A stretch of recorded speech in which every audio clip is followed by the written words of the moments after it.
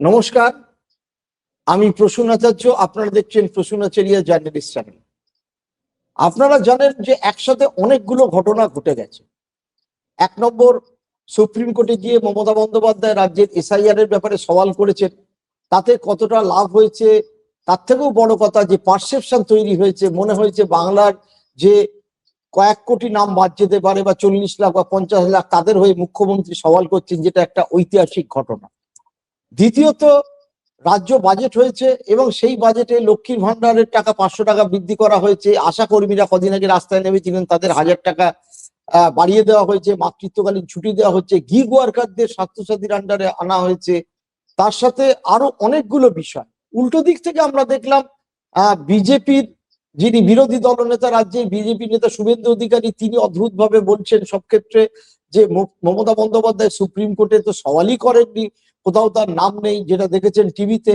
Mohammad Selim press conference করে বিষয়টিকে নস্যাৎ করতে চাইছেন। বলছেন যে অ্যাকচুয়ালি মামলা অন্যরা করেছিল, উনি ক্রেডিট নিয়েছেন। পাশে বসেছিলেন আইনজীবী সব্যসাচী, তাদের হাওড়ায় প্রার্থী ছিলেন। তিনি বলছেন যে ট্যাগ, চিফ মিনিস্টার ট্যাগ থাকলে নামের পাশেই সংবাদ মাধ্যম প্রচার করে। সাধারণ এক মহিলা হয়ে আমি কেস করেছিলাম, তখন সেভাবে প্রচার পাইনি। উল্টো দিকে আরেকটি ঘটনা কিন্তু পাশাপাশি ঘটছে। সিপিএম এর সাথে জোট ছেড়ে দিয়ে কংগ্রেস, আপনারা সকলেই জানেন, একা লড়ার সিদ্ধান্ত নিয়েছে এবং 294টা কেন্দ্রে তারা লড়বে। 20 বছর বাদে 2006 সালে কংগ্রেস শেষ লড়েছিল। ইতিমধ্যে অনেক দূর অনেক কিছু ঘটেছে। সামগ্রিকভাবে আমরা এই পার্সপেক্টিভ নিয়ে আলোচনা করব। সোমবার শুনানি আছে। রাজ্যের ঠিক এই মুহূর্তে সামাজিক পরিস্থিতি কোন জায়গায় দাঁড়িয়ে আছে। আমরা সঙ্গে পেয়েছি আমাদের প্যানেলিস্ট একজন শুদ্ধ সত্য ঘোষকে। শুদ্ধ সত্য কে আমি স্বাগত জানাই। দর্শকদের কাছে এটা বলি, শুদ্ধ সত্য নিজে লেখক, সমাজবিদ, তার সাথে তিনি সাংবাদিক ছিলেন এবং সমাজ বীক্ষণ তার একটা আলাদা দৃষ্টিভঙ্গিতে শুদ্ধ করে। আমি প্রথাগতভাবে যদি এটা পলিটিক্যাল ন্যারেটিভে আনতাম, আমি হয়তো নিজেই করতাম, কিন্তু আমার যারা দর্শক, আপনারা যারা দেখেন, এর আগে শুদ্ধর ভিডিও প্রায় 15,000 মানুষ দেখেছিলেন, প্রচন্ড প্রশংসা করেছিলেন। ফলে আমরা ব্রডার অ্যাসপেক্টে যেটা আমি বলতে চাই আর কি, তথাকথিত না সাধারণের বাইরে দাঁড়িয়ে শুদ্ধকে আমি আবেদন করবো বলার জন্য। তার আগে বলি, যারা আপনারা আমার এই চ্যানেলটিকে দেখছেন, সাবস্ক্রাইব করবেন, লাইক শেয়ার কমেন্ট করবেন। শুদ্ধ, তোমাকে স্বাগত। তো আগেই জানিয়েছিলাম, সরাসরি প্রশ্নে চলে যাই যে কি বুঝতে পারছো বলতো এসআইআর নিয়ে? তুমি বলেছিলে কিভাবে জার্মানিতে এবং ইটালিতে ফ্যাসিস্টরা করেছে। এর আগের একটা বিষয়ে বিস্তারিত আলোচনা করেছিলে এবং প্রচুর মানুষ যেটা প্রশংসা করেছিলেন। আমাকে ব্যক্তিগতভাবে ফোন করে একাধিক লোক বলেছিলেন। আজকে যে দাঁড়িয়ে যে এসআইআর প্রক্রিয়ার এমন একটা জায়গায় আমরা দাঁড়িয়ে আছি, এখনো প্রায় 1.5 কোটি মানুষকে প্রশ্নের সম্মুখীন, তাদের নাম থাকবে কিনা। সেখানে চিফ মিনিস্টার চলে গেছেন, একটা ন্যারেটিভ সেট করেছেন। সেটা কতটা কার্যকরী তা নিয়ে আবার বিরোধীরা প্রশ্ন করছে। তুমি বিষয়টা কিভাবে দেখছো একজন সমাজবিদ বা সমাজকে কাছ থেকে দেখা মানুষ হিসেবে? একদম শুরুতেই যেটা আমার বলার, যেটা কয়েকদিন ধরে ভীষণ আলোচনা হচ্ছে, সেটা হচ্ছে যে মুখ্যমন্ত্রী যে আদালতে গেলেন, সুপ্রিম কোর্টে গেলেন, এটা একটা অপটিক্স। আমার তাতে কোনো সন্দেহ নেই যে এটা একটা অপটিক্স, কিন্তু ইমেজ বিল্ডিংটাও রাজনীতির একটা পদ্ধতি। এইটা যারা রাজনীতিবিদ তাদের থেকে ভালো কারোর জানার কথা নয়। একটু মনে করে দেখুন, আমি একদম পেছনে ফিরে যাচ্ছি। সুভাষ বোস যখন আইএনএ তৈরি করলেন এবং ঘোষণা করলেন যে তিনি জাপান এবং জার্মানির সাথে হাত মিলিয়ে লড়বেন ব্রিটিশের বিরুদ্ধে, তখন জওহরলাল নেহরুর বক্তব্য ছিল যে সুভাষ এলে আমি সবার আগে তরবারি নিয়ে দাঁড়াবো। সেই জওহরলাল নেহরুই কিন্তু আইএনএ ট্রায়াল হচ্ছে, ফাইনালি আইএনএর পক্ষে গিয়ে দাঁড়ালে। এটাকে কি বলবো? অপটিক্স। কারণ তিনি খুব ভালো করে জানতেন যে ততদিনে গোটা দেশের জনমত, তার বৃহদাংশ চলে গেছে আইএনএর পক্ষে। ফলে সেই সুযোগটাকে তিনি কাজে লাগাতে চাইলেন পলিটিক্যাল প্ল্যাটফর্ম হিসেবে। ভারতের সুপ্রিম কোর্টকে মমতা ব্যানার্জি প্রথম মুখ্যমন্ত্রী হিসেবে তার পলিটিক্যাল প্ল্যাটফর্ম হিসেবে ব্যবহার করলেন। এটা জেনেই ব্যবহার করলেন, যে কথাগুলো তিনি বলবেন সেই কথাগুলো আগে বলা হয়েছে। এটা জেনে ব্যবহার করলেন যে এই কথাগুলো বললে পরেই তক্ষুনি কোনো সমাধান আসবে না, কারণ তিনি জানেন গোটা প্রক্রিয়াটা একটা আইনি তকমা দিয়ে চলছে, যে আইনি তকমাটা বিজেপি সরকার প্রথম থেকেই একদম চালু করে দিয়েছে, ফলে একে বেআইনি বলা যাচ্ছে না। হ্যাঁ, তারা একটা ভুল করেছিলেন, সেই সময় বিরোধিতা করা উচিত ছিল, সেই সময় করেননি। কিন্তু তার পরবর্তী ক্ষেত্রে যত দিন গড়িয়েছে, যত তারা বুঝতে পারছেন যে এসআইআর প্রক্রিয়াটা অসম্ভব গোলমেলে এবং আসলেই বেনাগরিক করে দেওয়ার একটা প্রচেষ্টা, এবং তার সাথে সাথে ডিলিমিটেশন করে তাদের ক্ষমতা কমিয়ে দেওয়ার একটা প্রক্রিয়া, তখন কিন্তু তারা রাস্তায় নেমে পড়েছে। মানে সেটা একদম মতুয়াদের সময় থেকে শুরু করে পরবর্তী যতগুলো পদক্ষেপ সব ক্ষেত্রেই কিন্তু তারা করেছে, এবং ফাইনালি লড়তে লড়তে যখন বুঝলেন যে এটাকে আরো বৃহত্তর প্রেক্ষিতে পৌঁছানো দরকার, শুধুমাত্র পশ্চিমবঙ্গে সীমাবদ্ধ থাকলে চলবে না, তখন তিনি স্টেপটা নিলেন, সোজা হাইকোর্ট সুপ্রিম কোর্টে চলে গেলেন। এবার সুপ্রিম কোর্টে গেলে স্বভাবতই সমস্ত মিডিয়াগুলো বাধ্য এটা দেখাতে, কারণ ভারতের ইতিহাসে এর কোনো নজির নেই, এই প্রথম কোন মুখ্যমন্ত্রী গিয়ে নিজে সওয়াল করছে। আমি আজকে সিপিএম এর প্রেস কনফারেন্স দেখছিলাম, সিপিআইএম এ মোহাম্মদ সলিমের কথাও শুনছিলাম। এই কথা ঠিক যে তারা প্রথম মামলাটা করেছেন, এবং যে মামলাটা করেছেন সব্যসাচী বাবু তার উকিল হয়ে যে সওয়াল করেছেন ইত্যাদি প্রভৃতি সব ঠিক, কিন্তু আমার একটা খুব ছোট্ট প্রশ্ন আছে। তারা যে এই মামলাটা করেছিলেন সেইটা আমি ধরে নিচ্ছি বড় মিডিয়ারা দেখায়নি, তাদের নিজস্ব রাজনৈতিক বা স্বার্থগত কারণে দেখায়, কিন্তু তাদের তো বিকল্প মিডিয়া আছে, তাদের তো কর্মী সমর্থক ইত্যাদি প্রভৃতি রয়েছে, তথাকথিত যে সোশ্যাল মিডিয়া, সেখানে সিপিএম সম্পর্কে কোনো কথা বললে পরেই ঝাঁকে ঝাঁকে মানুষ হাজির হয়ে যায়। হ্যাঁ হ্যাঁ, তারা তো অনায়াসেই কাজটা করতে পারতেন, যে আমরা মামলা করেছি, আমরা এইগুলোকে চ্যালেঞ্জ করছি, এই কথাটা অন্তত প্রাথমিকভাবে সোশ্যাল মিডিয়ায় জানান, তারপর রাস্তাঘাটে যেখানে যেখানে তাদের সংগঠন অবশিষ্ট আছে, যেখানে নেই অন্তত সমর্থক আছে, কথা বলুন। সেগুলো করলে তো এতদিনে সবার জানার কথা যে তারাই প্রথম এটা করেছেন, এবং তারপরে তারা লড়াইটা করছে। আমি আমি আমি একটা তথ্য তোমায় দিই, সেটা হচ্ছে, এটা একটা আড্ডার মতো করে আলোচনা করলে ভালো হবে। আমি এর মধ্যে সিপিএম এর তামাম নেতৃত্ব ইনক্লুডিং সেলিম এমন এক জায়গায় ছিলাম, কথাবার্তা হয়, তার মধ্যে সেন্ট্রাল কমিটির একাধিক মেম্বার ছিলেন। ফাইনালি তারা স্বীকার করেন, আমি নাম নিচ্ছি না কারণ, তাদের প্রত্যেকেই দেখা যায় যে তাদের কিন্তু প্রথম থেকে এই এসআইআর ব্যাপারে আন্ডারস্ট্যান্ডিংটা ভুল ছিল। দেখুন, এটা দেখো, দর্শকদেরও বলছি যে এটা কিন্তু সিপিএম এর বাস্তব ঘটনা। তাদের এই আন্ডারস্ট্যান্ডিং ভুল থাকার জন্যই যখন দিনের পর দিন মেন স্ট্রিম মিডিয়া, একসময় গদি মিডিয়া বা দালাল মিডিয়া যাদের বলা হচ্ছে এসআইআর সাপোর্টার ছিল, তারাও যখন লোকের এই এই প্রচন্ড কষ্ট হচ্ছে, অসহায় অসুস্থ অ্যাম্বুলেন্স সে এবং মারা যাচ্ছে, সুইসাইড করছে, বিএলওরা দেখাতে শুরু করলো, তখনও দিনের পর দিন গণশক্তি বারিং ওয়ান ডে এই কষ্টের যন্ত্রণার খবর বা ছবি তারা ক্যারি করেনি। গণশক্তি তো তাদের পার্টির অর্গান, মুখপত্র, এর একটা মুখপত্র, তাদের কোনো খবর নেই, বরঞ্চ ইলেকশন কমিশন যেটা বলছে সেটাই কিন্তু তারা দেখাতো। এবং তাদের একটা ন্যারেটিভ ছিল, যে নেতারা সন্ধ্যেবেলা টিভিতে ডিবেট করেন শুদ্ধ, তারা বারবার একটা কথা বলতেন, এবং সেটা ওদের যে সোশ্যাল মিডিয়ার কথা তুমি বললে তাতে, যে আমরা চাই মমতা ব্যানার্জি সরকার যাদের ডেড ভোটার, ফলস ভোটার ঢুকিয়ে রেখেছে, সেই নাম বাদ দেওয়ার প্রক্রিয়া হচ্ছে এসআইআর, সাধারণ মানুষের ভয় পাওয়ার কোনো আশঙ্কা নেই। এইটা কিন্তু বাস্তব ঘটনা। আজকে তারা যাই বলুন না, নাও এবার তুমি তোমার এটা, আমি তো শুধু রিপোর্টার হিসেবে সংযোজন করলাম। ভয়ঙ্কর একটা সাংঘাতিক মানে অ্যাপ্রোচ নিয়ে তারা চলছিলেন। যে কোনো রাজনৈতিক দল রাজনীতি করতে গেলে ভুল করে, এটা নিয়ে কোনো সংশয় নেই। সিপিআইএম একটি রাজনৈতিক দল, সেও ভুল করতে পারে। সমস্যাটা যেখানে তৈরি হয় বা যেখানে এতকাল ধরে তৈরি হয়ে এসছে, যে সিপিআইএম যখন যখন ভুল করেছে সেইগুলোকে স্বীকার করে নেওয়ার যে অনুশীলন, সেই অনুশীলনের মধ্যে দিয়ে তারা যেতে পারছে। তারা প্রথমে এসআইআর কে বোঝার ক্ষেত্রে যে ভুলটা করেছিলেন সেটা স্বীকার করে নিলেই কিন্তু অনেক বেশি শক্তিশালী হতো তাদের অবস্থা। ঠিক ঠিক। আমি যখন মোহাম্মদ সেলিমের প্রেস কনফারেন্স শুনছিলাম, আমি শুনতে শুনতে দেখছিলাম যে তিনি শুনছিলাম যে তিনি বলছেন সাংবাদিকদের আগে ক্ষমতা ছিল পার্টির ভেতরের কথা ইত্যাদি প্রভৃতি জানা, এখন সেসব ক্ষমতা নেই, বড় মিডিয়াগুলো বিজ্ঞাপনে বিক্রি হয়ে গেছে, হেন তেন এসব অনেক কিছু বলছে। এখন কথা হচ্ছে সংবাদ মাধ্যমকে তিনি আক্রমণ করছেন, আমি বুঝলাম যে সেটা তার একটা স্টান্স, কিন্তু গন্ডগোলের জায়গাটা অন্য জায়গায়। সেটা হচ্ছে যখন আপনি সংবাদ মাধ্যমকে আক্রমণ করবেন তখন আপনার নৈতিক জায়গাটাও তো ঠিক থাকতে হবে।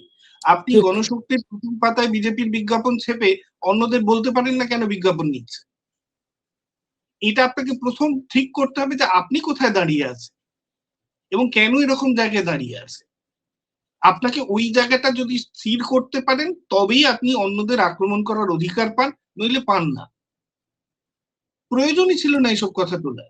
বরং তিনি যে কথাগুলোতে জোর দিতে পারতেন সেটা হচ্ছে পরবর্তী ক্ষেত্রে সিপিআইএম এসআইআর নিয়ে আর কি করবে বলে ভাবছে, তাতে আরো পরিষ্কার হতো যে কোন লাইনটা তারা ধরবেন।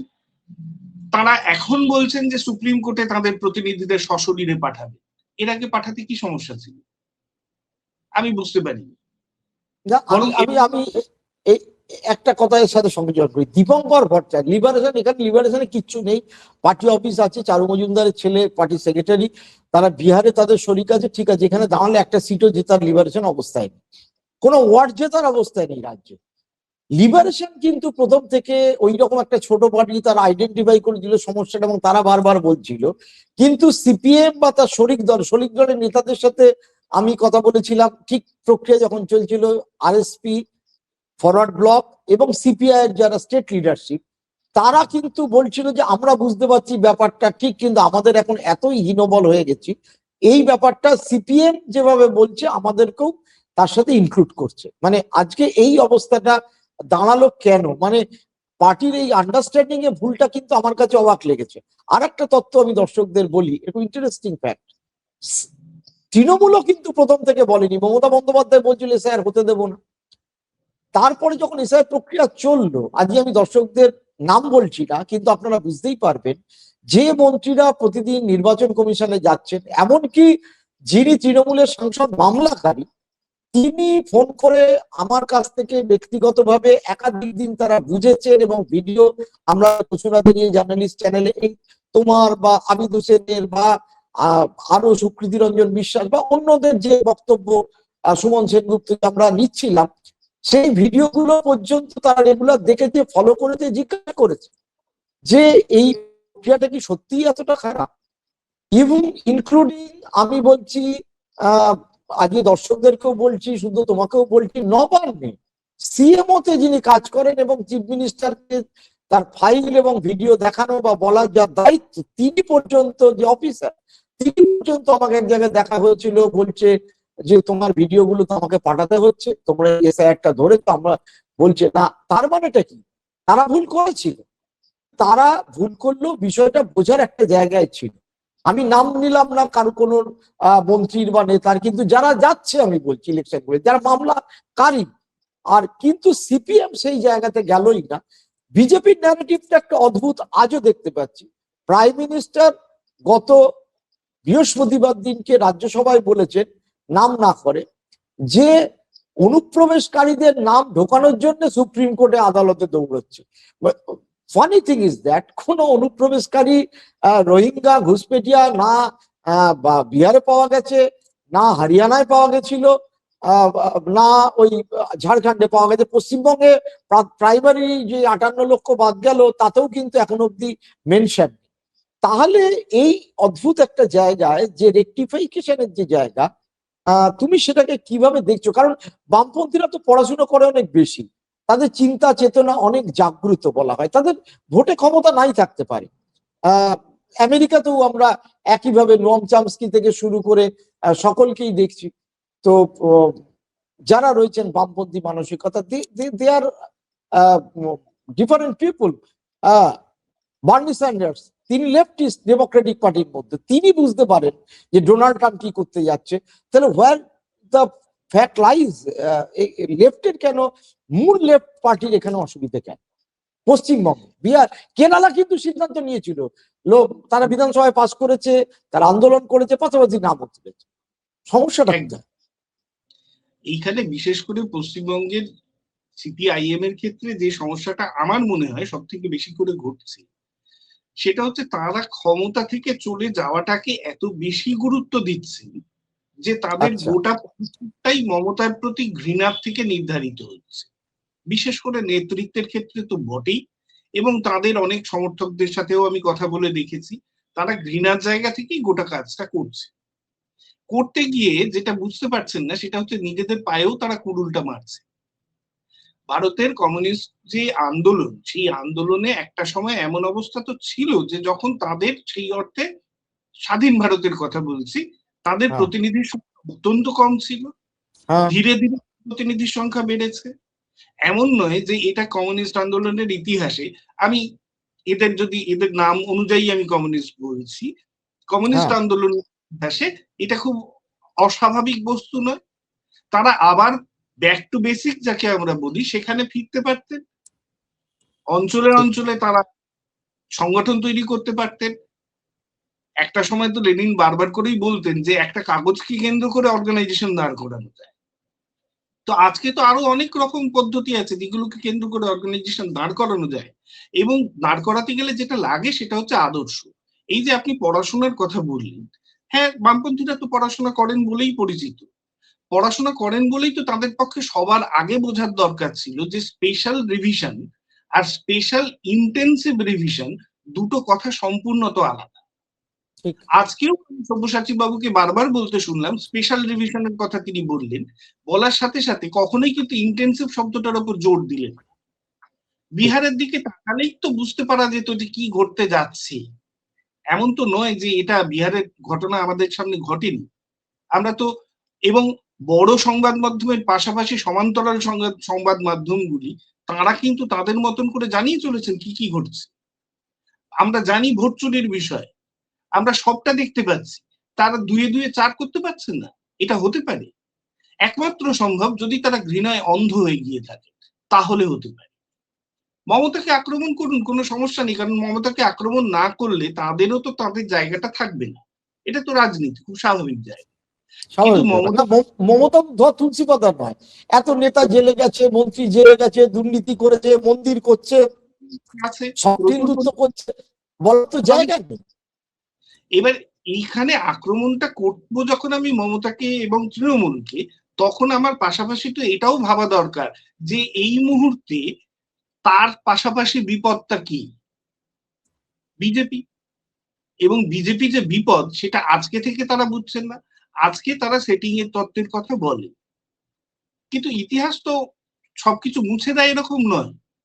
তারাও তো একসময় বিজেপির হাত ধরেছে, তারা একসময় ফ্লোর ম্যানেজমেন্ট করেছেন, জ্যোতিবাবু অটল বিহারী বাজপেয়ী একসাথে জনসভা করেছে, এমন না এগুলো ঘটেনি। এবং ইউপিএ মানে মনমোহন সিং এর সরকারকে ফেলার জন্য যখন ফ্লোর ম্যানেজমেন্ট প্রকাশ করা, তখনও সে খবর প্রকাশ্যে এসছে। দায় তো সকলের। আরএসএস এর শাখা সংগঠন শুধুমাত্র তৃণমূলের আমলে বেড়েছে এমন নয়, দীর্ঘদিন ধরে বেড়ে চলেছে। তারা যখন পুজো কমিটিতে গেছেন তখন কি এইটা ভেবে গেছেন যে মার্ক্সীয় রাজনীতির প্রচার করতে তারা পুজো কমিটিতে যাচ্ছে? তা তো তারা ভাবেননি। তার মানে আস্তে আস্তে তারা ওই জায়গাগুলোকে দুর্বল করে ফেলেছেন। দুর্বল করতে করতে এমন একটা জায়গায় দাঁড়িয়ে গেছে যখন তারা কিছুতেই আর ভাবতে পারছেন না, তারা নয়া ফ্যাসিবাদ টান দিচ্ছেন কিন্তু ফ্যাসিস্ট শক্তিকে আক্রমণ করতে পারছেন না। যদি তারা বিজেপিকে তাহলে ব্যাপার, কিন্তু ভয়ঙ্কর অদ্ভুত ব্যাপার। এবং আরো পাচ্ছেন না এই কারণে যে আমি যদি ধরে নিই যে তৃণমূলের শাসনে তাদের কর্মীদের ভেতরে ত্রাস তৈরি হয়েছে, ত্রাসের মোকাবিলা করতে গেলে সংগঠন দিয়ে মোকাবিলা করতে হয়।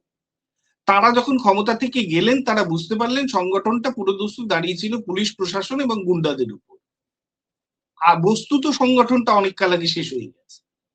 এবং যখন ক্ষমতা থেকে চলে গিয়ে এইটা রিয়েলাইজ করলেন, তখন তারা তাদের আক্রান্ত ক্যাডারদের পাশে গিয়ে আর দাঁড়াতেই পারলেন, অথচ ওটাই সবার আগে কাজ ছিল।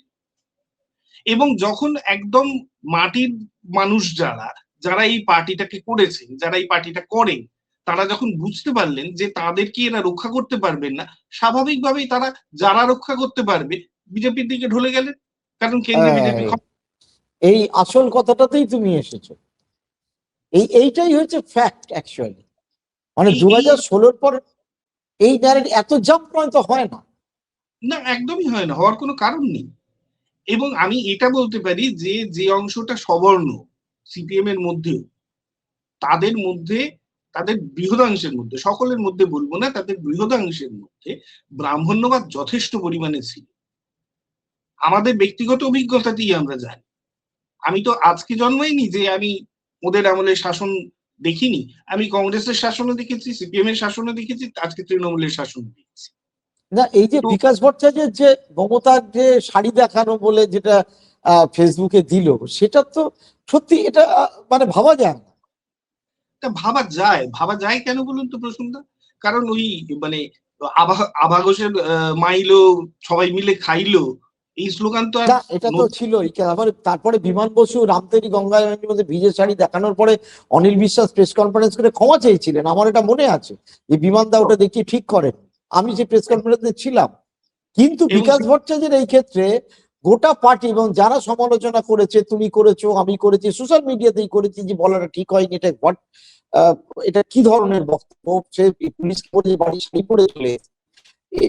যেভাবে বিকাশ ভট্টাচার্য মেসোজেনিক একটা কমেন্ট একজন মহিলাকে, সিপিএম এর লোকেরা মানে হাই হাই করে দিয়ে পড়লো গালাগাল করতে। আমার আমি জানি না, মানে এরা আসলে ভাবতেই পারছেন না যে আজকে রাজনীতিটা যে জায়গায় এসে পৌঁছেছে, সেই জায়গাটায় পুরোদস্তুর বিরোধিতা করতে গেলে পরে আদর্শগত বিরোধিতাকে সবার সামনে আনতে হয়।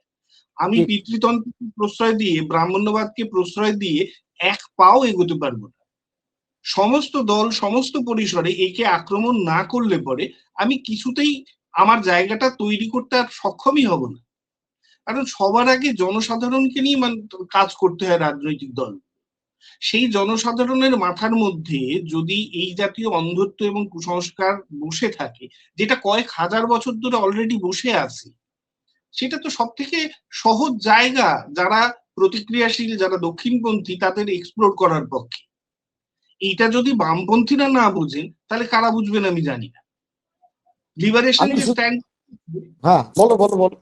লিবারেশন যে স্ট্যান্ডটা নিয়েছে, সেই স্ট্যান্ডটা তাদের রাস্তায় যুদ্ধ করার অভিজ্ঞতাটা এখনো চলে যায়নি বলে নিতে পারছি। হ্যাঁ, ঠিক, একদম ঠিক। এটা সিপিএম এর ক্ষেত্রে কিন্তু আর ঘটছে না। তারা রাস্তায় যুদ্ধ করার যে শক্তি, যে মতাদর্শগত দৃঢ়তা, সবটা ক্রমশ হারিয়ে ফেলছে। এবং এটা কিন্তু আমাদের পক্ষে আশঙ্কাজনক। আমি কারণ এবার একদম বাজেটের প্রসঙ্গে আসি। এই যে আহ, মানে 500 টাকা লক্ষ্মী ভান্ডার বাড়িয়ে দেওয়া হলো, শিক্ষিত যুবকদের চাকরি না পেলে 1,500 টাকা ভাতা, তারপরে আশা কর্মীদের যারা রাস্তায় নেমেছিল 1,000 টাকা। এবার এটাকেও কিন্তু বিজেপি তো ক্রিটিসাইজ করছে, লেফটরাও ক্রিটিসাইজ করছে। গণতান্ত্রিক মহিলা মানে সমিতির যে অল ইন্ডিয়া উইমেন্সদের যে সংগঠন সিপিএম, তাতে আমি দেখলাম বৃন্দা করাত প্রকাশ্যে বলছেন যে সারা দেশে মহিলাদের এই লক্ষ্মীর ভান্ডারের মতো প্রিভিলেজ যেটা, সেটা বাড়াতে হবে, ম্যান্ডেটরি করতে হবে, আরো টাকা দিতে হবে, এটা আমাদের অধিকার। আর এইখানে তারা বলছে ওই লক্ষ্মীর ভান্ডারের টাকা দিয়ে দিয়ে ভোট কিনছে। মানে এই যে বাজেট মমতা করলো, সেইটাকে কিভাবে কাউন্টার, মানে বিজেপিও কাউন্টার, বিজেপি উল্টো দিকে বলছে। এটা খুব ইন্টারেস্টিং। বিজেপি কাল থেকে মানে জবে থেকে বলা শুরু করেছে যে মমতা তো টাকাটা দিতে পারবে না, আমরা এর থেকে বেশি টাকা প্রতিটা ক্ষেত্রে 500 টাকা দেবো। আচ্ছা, ভান্ডার যদি রাজ্য সরকারেরই ভান্ডার থেকে দিতে হবে, মমতা যদি না দিতে পারে, তাহলে বিজেপি বা কোত্থেকে দেবে?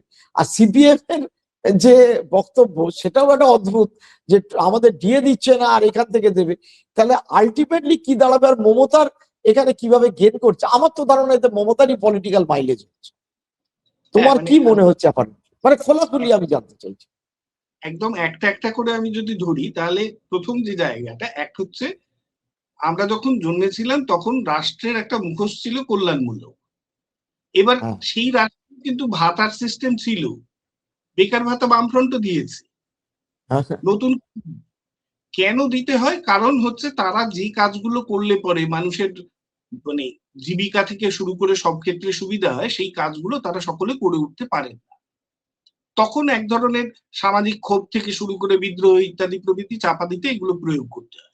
কল্যাণমূলক অর্থনীতি এমন কিছু মহান অর্থনীতি কোনোদিনই ছিল না, আজও নয়। কিন্তু তা বলে এটা ভিক্ষেও নয়। কারণ আমি যখন এখানে জন্মাচ্ছি তখন আমার খাদ্য, বস্ত্র, বাসস্থান ইত্যাদি প্রভৃতি আমার মৌলিক অধিকারের মধ্যে পড়ে। রাষ্ট্র আমাকে তৈরি করেনি, আমি রাষ্ট্রকে তৈরি করেছি। ফলে আচ্ছা। রাষ্ট্র আমার দায়বদ্ধ সেটা দিতে। আজকে যদি লক্ষ্মীর ভান্ডারে এই পরিমাণ টাকা দেওয়া হয়, বরং যেটা বৃন্দাকারা বলছেন, এবং এরা যদি সবাই মিলে বলতেন টাকার পরিমাণ আরো বাড়াতে হবে, সেটা খুব যৌক্তিক দাবি হতো। নানান ক্ষেত্রে দুর্বল অর্থনৈতিক অবস্থায় যারা আছেন তাদের জন্য টাকা দিতে হবে, যৌক্তিক অবস্থান হতো। সাথে কতগুলো কথা আরো বলার দরকার ছিল। প্রথমত হচ্ছে, বামেরা যখন সরকারে ছিলেন তখন তারা বলতেন কেন্দ্র বঞ্চনা করে। আজ যখন মমতাকে সত্যি সত্যি টাকা দিচ্ছে না, তখন বলছেন যে মমতাটা চুরি করে বলে টাকা দিচ্ছেন না। চুরি তো বিজেপিও করে।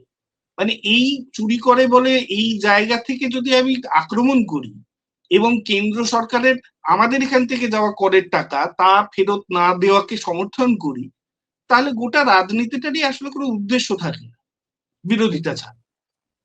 এবং সব থেকে মুশকিল হয়ে গেছে যেখানে, সেটা হচ্ছে সিপিআইএম বা এই জাতীয় যে দলগুলি রয়েছে, এদের মূল জায়গাটা হয়ে গেছে মধ্যবিত্তর উচ্চ অংশটাকে সাপোর্ট করে চলা।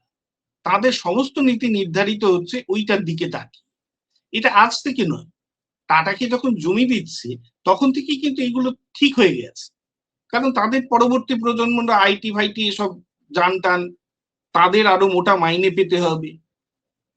শ্রমিক কৃষক কোথায় এখানে? কথাটা তো বলার দরকার শ্রমিক কৃষকেরও, দাবি তোলা দরকার। এবং হ্যাঁ, এমনকি এই যে ক্ষেত মজুরদের যে 4,000 টাকা করে তা বছরে দিতে বললো, কিছুই না, নাথিং। এটা একটা হয়তো লোক দেখানো, 4,000 টাকায় কি হয়, কিন্তু সেটাও ওয়েলকাম করার জায়গায় কিন্তু তারা নেই, বলছে একেবারে ধ্বংস করে দিয়ে একটা ভিক্ষা দিচ্ছে। হ্যাঁ, মানে আসলে বলতে পারতেন যে টাকাটা দেওয়া হচ্ছে সেটা ইনাফ নয়, আমরা এর থেকে বেশি দেওয়ার ব্যবস্থা। এবং কিভাবে করব, সব থেকে বড় কথা যেটা, আপনি কোনো একটা রাজনীতির অর্থনীতিকে যদি চ্যালেঞ্জ করেন, তাহলে আপনাকে একটা বিকল্প অর্থনীতির মডেল দিতে হবে। ঠিক। সেই মডেলটাই তো তারা পেশ করতে পারছেন না। কারণ তাদের কাছে এখনো একটাই মডেল রয়েছে, তথাকথিত বড় শিল্পপতিদের এনে বসিয়ে দাও, 1 টাকায় জমি দিয়ে দাও। আরে তারা কতজনের কর্মসংস্থান করবে? অটোমেটেড ইন্ডাস্ট্রি যেখানে আমাদের হাতে এআই থেকে শুরু করে সমস্ত কিছু এসে গেছে, সেখানে শিল্পপতির বয়ে গেছে হাজার হাজার লোকের কর্মসংস্থান করতে। আমাদের মতন মানে ঘন জনবসতি এবং এই জনঘনত্বের দেশে সব থেকে বেশি প্রয়োজন যেই জায়গাটা, ক্ষুদ্র থেকে কুটির শিল্পগুলোকে, সেইগুলোকে জোর দেওয়া। কারণ ওইখানে মানুষের জীবিকা সংস্থান হতে পারে।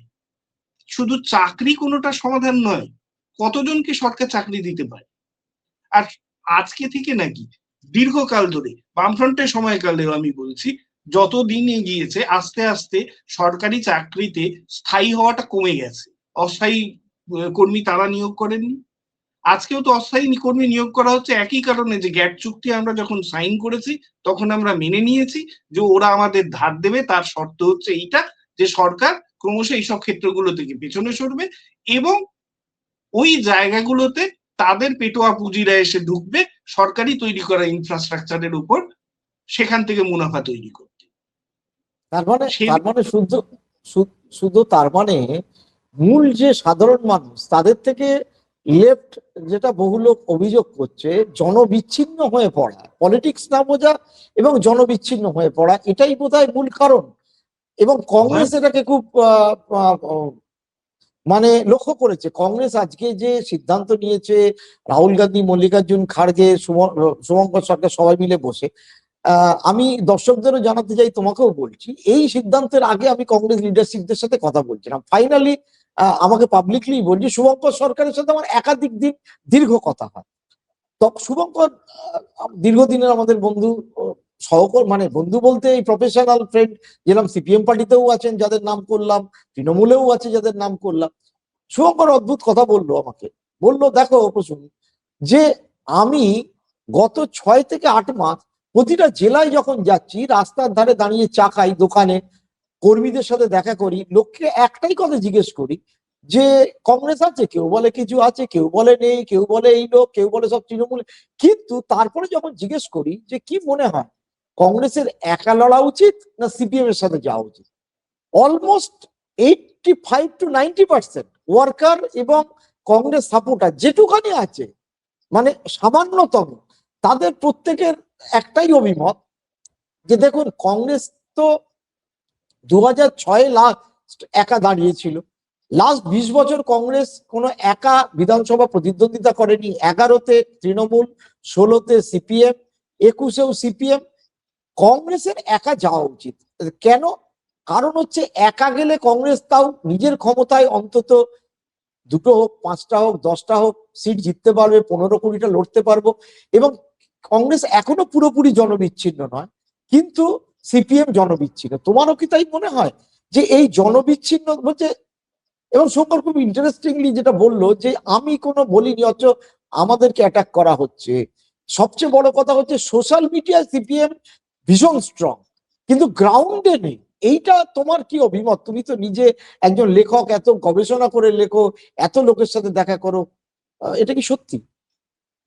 মানে এর একটা বড় কারণ হচ্ছে যে দীর্ঘদিন ধরে তথাকথিত শিক্ষিত মধ্যবিত্ত অংশ তারা বামেদের সমর্থন করেছে, এবং বাম আমলে যারা ওই সমর্থনটা করেছেন এবং সুবিধা পেয়েছেন এবং তাদের আনুগত্য আছে, তাদের একটা একটা বড় অংশ কিন্তু এখনো বামেদের পক্ষে সক্রিয়। ফলে সোশ্যাল মিডিয়ায় তাদের উপস্থিতি আছে, ভালো মতন উপস্থিতি আছে। কিন্তু সমস্যাটা অন্য জায়গায় হচ্ছে, তারা তো অন্ধের মতন তাকিয়ে আছেন পার্টি কি বলছে তার দিকে। তারা যে তাদের নিজস্ব পড়াশোনা, নিজস্ব বোধ বুদ্ধি, নিজস্ব রাজনৈতিক দর্শন, সেই জায়গা থেকে তারা কিন্তু পার্টিকে বারবার প্রশ্ন করছেন না। একমাত্র এই বিকাশ ভট্টাচার্যের উক্তির পরে দেখলাম আমি কিছু কিছু মানুষ তারা এটাকে কোয়েশ্চেন করলেন, এটা কিরকম কথা, এটা বলা অনুচিত হয়েছে ইত্যাদি। কিন্তু মূল নীতির বিষয়ে প্রশ্ন করছেন না কেন? গোটা দেশটাকে কতগুলো কোম্পানির হাতে তুলে দিচ্ছে, সমস্ত কিছু বেচে দিচ্ছে, সবটা দেখতে পাচ্ছেন তারা। তাদের তো সবার আগে প্রশ্ন করা উচিত, আজ এতদিন পরে হঠাৎ কেন মনে পড়ছে উমর খালিদের কথা? ঠিক। এতদিন মনে পড়েনি কেন? আপনারা শারজিলকে নিয়ে কথা বলছেন না কেন? আপনারা বেল পাওয়ার কথা আজকে বলছেন, যখন ক্ষমতায় ছিলেন গৌর চক্রবর্তী থেকে শুরু করে ছত্রধর মাহাতো সবাইকে তো ইউপি দিয়েছিলেন। এই কি করেও দিয়েছে ইউপি। আপনারা যদি মনেই করেন যে এই ধরনের অতি আইন ব্যবহার করাটা গণতন্ত্রের পক্ষে স্বাস্থ্যকর নয়, তাহলে পরিষ্কারভাবে বর্জন করুন। আসলে এত দ্বিমুখী নীতি নিয়ে চলা যায় না। একদিকে আমি শিল্পপতিদেরও সন্তুষ্ট করব, অন্যদিকে শ্রমিক কৃষককেও সন্তুষ্ট করব। এই স্ট্যান্ডটা একসময় হিটলারও এরকম স্ট্যান্ড নিয়েছে, এবং সেটা করতে গিয়ে আলটিমেটলি সে সরাসরি শ্রমিকদের বিরুদ্ধে চলে গেছে। যুদ্ধে যদি শেষ না হতো, আভ্যন্তরীণ বিপ্লবই শেষ হতো। তো সিপিএম কে হিটলারের সাথে তুলনা করা যায় না, কিন্তু আমি যেটা তোমার কাছে জানতে চাইছি, আমি বলছি আরো স্পেসিফিক করে আমি দর্শকদের একটা উদাহরণ দিই। এই যে জোটটা হলো না, কংগ্রেস লাস্ট লোকসভা ইলেকশনে যদি ফলাফল দেখা যায়, কংগ্রেস সিপিএম জোট হয়েছিল, তাতে কংগ্রেস এগিয়ে আছে অদ্ভুতভাবে। নর্থ দিনাজপুরের চাকুলিয়া, মালদার 4টে সিট, মালদা লোকসভা চাচল, হরিশ্চন্দ্রপুর, মালতীপুর, রতুয়া। দক্ষিণ মালদার 4টে সিট, মোথাবাড়ি, সুজাপুর, ফারাক্কা, শামসেরগঞ্জ, তার সাথে বহরমপুর, মুরারইতে সেকেন্ড, গোয়ালপুকুরে সেকেন্ড, আর রানীনগরে একমাত্র সেলিম এগিয়ে। কংগ্রেসের বক্তব্য যেটা, যে আমরা কিন্তু অতটা জনবিচ্ছিন্ন হইনি, মানে আজকে তো এতদিন বাদে জোট প্রক্রিয়া ভেঙে গেছে, কিন্তু সিপিএম জনবিচ্ছিন্ন। এটা কি তোমার সত্যি মনে হচ্ছে? মানে রাদার ওদের যা বক্তব্য, নয়তো তো হাতি ধরতো। না, মানে সিপিএম জনবিচ্ছিন্ন, আমি গোটা সিপিএম অর্থে না, আমি প্রশ্ন এই কথাটাকে ব্যবহার করব না। কারণ আবারও বলছি, সিপিএম এর এখনো অত্যন্ত ডেডিকেটেড কর্মী, নেতা ইত্যাদি রয়েছেন, যারা আচ্ছা, মানুষের পাশে নিশ্চয়ই। থাকেন, সবটা রয়েছেন, তারা জানেন, তারা কিন্তু শুনতে পাচ্ছেন সবটা। মুশকিলটা হচ্ছে সিপিএম এর কতিপয় নেতৃত্ব যারা দীর্ঘদিন ধরে এর পলিসিগুলো ঠিক করেছেন, তারা যে ভুলগুলো করেছেন সেখান থেকে পা সরাতে চাইছেন না। ফলে তাদের নীতি কখনোই প্রো পিপুলার হয়ে দাঁড়াচ্ছে না।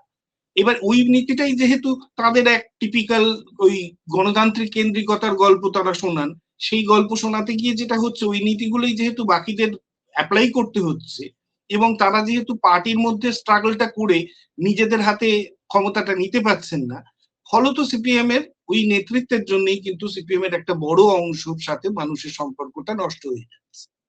কারণ কার্যকরীভাবে প্রতিরোধ করতে না পারলে মানুষ কিসের জন্য তার দিকে তাকায়। এবার যতটুকু অংশ পড়ে রয়েছে সেই অংশটা কিন্তু যথেষ্ট বিত্তশালী অংশ।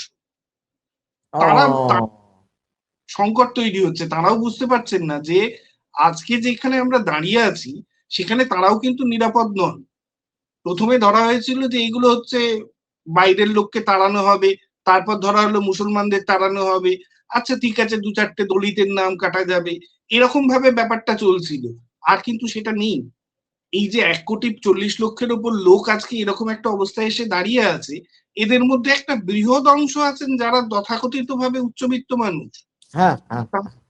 যাচ্ছেন হিয়ারিং এ যাচ্ছেন, হিয়ারিং থেকে ফিরে আসছেন, কিন্তু ভেতরে ভেতরে কিন্তু তাদের ভেতরেও এই সংখ্যাটা তৈরি হয়ে যাচ্ছে যে এরপর কি হবে, আমার নামটা থাকবে তো। ফলে তারা সংশয়ে ভুগছেন এবং তাদের মধ্যে সিপিএম এর মানুষজনও আছে সব ধরনের, বিএলও থেকে শুরু করে যারা একেবারেই ভোটার তাদের সব ধরনের মধ্যে আছে, কিন্তু তাদের কারোর কাছে পার্টির লাইন পরিষ্কার নয়, তারা শুধু অন্ধের মতন অনুকরণ করে চলেছেন এবং শঙ্কায় রয়েছে তাদের ভবিষ্যৎ নিয়ে। এইটাকে তো এক্সপ্লোর করার দরকার। না, আমরা এই আলোচনাটার একটা অন্যতম কারণ হচ্ছে সিপিএম কে তো গেরোটাকে কাটাতে হবে। লোকসভায় অন্তত কংগ্রেস একটা পেয়ে গেছে, দুটো ছিল, একটা হচ্ছে জিরো নেই, এটা তো সবই জিরো। তোমার কি মনে হচ্ছে ফোর কর্নার যে কন্টেস্ট হয়ে গেল এবং আজকে থেকেই লোকে বলতে শুরু করে যেতে, লেফটের লোকেরাও বলছে, আমি অলরেডি খবর মানে জবে থেকে শুরু হয়েছে প্রক্রিয়া, যে এতে তো মমতা ব্যানার্জি সুবিধে হয়ে গেল।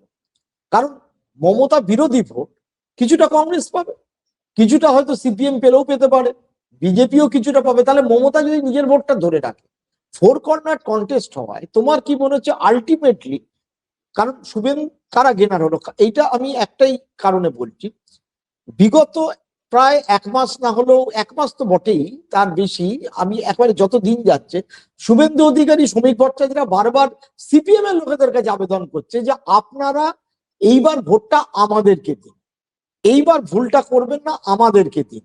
কারণ সিপিএম কখনো বলছে বকলমে তৃণমূলকে সাপোর্ট করছে, এখন সিপিএম বলছে কংগ্রেস বেরিয়ে যাওয়ায় তৃণমূলের লাভ হলো। এই যে ফোর কর্নার কন্টেস্ট, যেটা অনেক দিন আমরা লাস্ট কবছর ধরে বাংলায় দেখছিলাম না, 2016তেও ট্রায়াঙ্গুলার কন্টেস্টই কিন্তু হয়েছিল, 21এও ট্রায়াঙ্গুলার কন্টেস্টই হয়েছিল, 26-এ এসে ফোর কর্নার আফটার 10 ইয়ার্স আমরা দেখতে পাচ্ছি। 2011তেও কিন্তু ট্রায়াঙ্গুলার কন্টেস্ট হলেও বিজেপি খুব অল্প শক্তি ছিল। এই যে 4 কর্নার কন্টেস্ট, তাতে কে লাভবান হবে, গ্রাউন্ডে কি অবস্থা বলে তুমি তো মানে খুব সংক্ষেপে যদি বলতে, কারণ দীর্ঘ আলোচনা প্রেক্ষাপট আমাদের হয়েছে। হ্যাঁ, মানে একটা খুব সোজা জায়গা হচ্ছে যে আপনি যেটা শুরুতে বলেছেন, সিপিএম যেটা বলছে একদিকে ঠিকই বলছে, চতুর্মুখী যদি নির্বাচনের দ্বন্দ্ব হয় তাহলে লাভ হবে তৃণমূলের, এবং সব থেকে বেশি করে যদি ঠিক মতন ভোট হয়, আমি ওই কথাটার উপর খুব জোর দিতে চাই। মানে ইলেকশন কমিশন যেভাবে চলছে তাতে ভোট প্রক্রিয়ার উপর আমার সম্পূর্ণ আস্থা বিন্দুমাত্র নেই। যদি ঠিক মতন ভোট হয়, এই মুহূর্তে সব থেকে বেশি ক্ষতিগ্রস্ত হবে বিজেপি, কারণ তারাই ইলেকশন কমিশন চালাচ্ছে এবং মানুষের কাছে এটা কিন্তু খুব পরিষ্কার। দ্বিতীয়ত, বামেরা যেহেতু পারলেন না বিরোধী হিসেবে নিজেদের প্রধান জায়গাটাকে তৈরি করতে, একই সঙ্গে বিজেপিকে মানুষকে যে দুর্ভোগ থেকে শুরু করে ভয়ের মধ্যে ফেলে দিয়েছে সেইটাকে মানে তার প্রতিবাদ করে নিজেদেরকে এগিয়ে নিয়ে আসতে, ফলে আসার কোনো সম্ভাবনা আমি দেখছি না। তারা শূন্য ছিলেন, আসন সংখ্যার দিক থেকে শূন্যই থাকবে, কিন্তু তারা যদি এটা অন্তত ভাবতে পারেন যে এর মধ্যে এই নির্বাচনকে সামনে রেখে আমরা সংগঠনটাকে আদর্শগতভাবে আরো দৃঢ় করব, তাহলে হয়তো তাদের ভবিষ্যতে লাভ হবে। যেটা ভুলে গেলে পরে, ক্ষমতা থেকে বেরিয়ে গেলে কংগ্রেসও সাইনবোর্ড হয়ে গেছিল, সিপিএম ও ক্রমশ সাইনবোর্ডে পরিণত হচ্ছে। তো এই যে জায়গাটা, এই জায়গা থেকে তো বেরোতে হবে, কিন্তু তাদের লাভ জায়গা নেই। তৃণমূল অনেক বেশি লাভজনক জায়গায় দাঁড়িয়ে আছে, কারণ তার বিরোধী ভোট কংগ্রেসে চলে গেল। সিপিএম এর যে অংশটা, তারা যদি বিজেপিকেও ভোট দেয় তারপরেও ইতর বিশেষ ঘটবে, সিপিএম এর বিপুল ভোট সংখ্যা নেই, তো তৃণমূলের হারানোর কিছু নেই। কিন্তু এটা তো শুধু ইলেকশনের রাজনীতির কথা বলছি, তার বাইরে বৃহত্তর রাজনীতি, গোটা দেশ জুড়ে, গোটা রাজ্য জুড়ে যে রাজনীতি, সেইখানে দাঁড়িয়ে যদি ব্যবস্থাকে ন্যূনতম ভাবে মানুষের পক্ষে আনতে হয়, তাহলে পরে বামপন্থীদের অনেক বেশি দায়িত্ব নেওয়া প্রয়োজন এখন। ঠিক, মানে আমিও একমত। এই ব্যক্তিগত আক্রমণ, বোকা বোকা আক্রমণ, রাজনৈতিক আদর্শগত জায়গা থেকে আক্রমণ না করে অন্য জায়গা থেকে আক্রমণ করা, এবং সব থেকে বড় কথা খানিক বাবুয়ানির চালে ভাটাগুলোকে ভিক্ষা, মানে বাবুরা ভিক্ষার কথা বলে। একসময় ফ্রন্ট যখন ক্ষমতায় ছিল তখন তারা যে ইউনিয়ন গুলো গড়েছিলেন, রিক্সাওয়ালাদের বাবুরা তুই করে বলতে আর সাহস পেত না। তারা শ্রমিক, কৃষক এদেরকে ডিগনিটির জায়গাতে পৌঁছে দেওয়ার চেষ্টা করেছিল এবং তাদের ডিগনিটি হয়েছে। এরা কি করে নিজেদের কাজ নিজেরাই ভুলে যাচ্ছেন, আমার কাছে অবাক লাগে। আজকে যদি সেই রাস্তায় ফেরেন, তাহলে পরে আমরা সত্যি সত্যি চাইবো যে বামপন্থীরা এখানে অন্তত প্রাথমিকভাবে প্রধান বিরোধী হিসেবে ফিরে আসুক, যেটা সময়ের দাবি। এটা না হলে পরে আমাদের পক্ষে আরো ভয়ঙ্কর দিন দেখা ছাড়া কিছু করার নেই।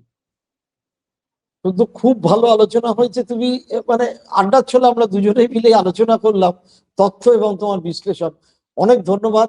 দর্শকরা যারা দেখলেন এতক্ষণ ধরে তাদেরও অনেক ধন্যবাদ। সকলে ভালো থাকবেন, সুস্থ থাকবেন। দেখতে থাকুন প্রসূন আচারিয়া জার্নালিস্ট চ্যানেল। শুধু ভবিষ্যতে আবার কিন্তু আমরা এই ধরনের বৃহৎ প্রেক্ষাপটে আলোচনা কিন্তু করব। ভালো থেকো, দর্শকদের সকলে ভালো থাকবেন। নমস্কার। নমস্কার।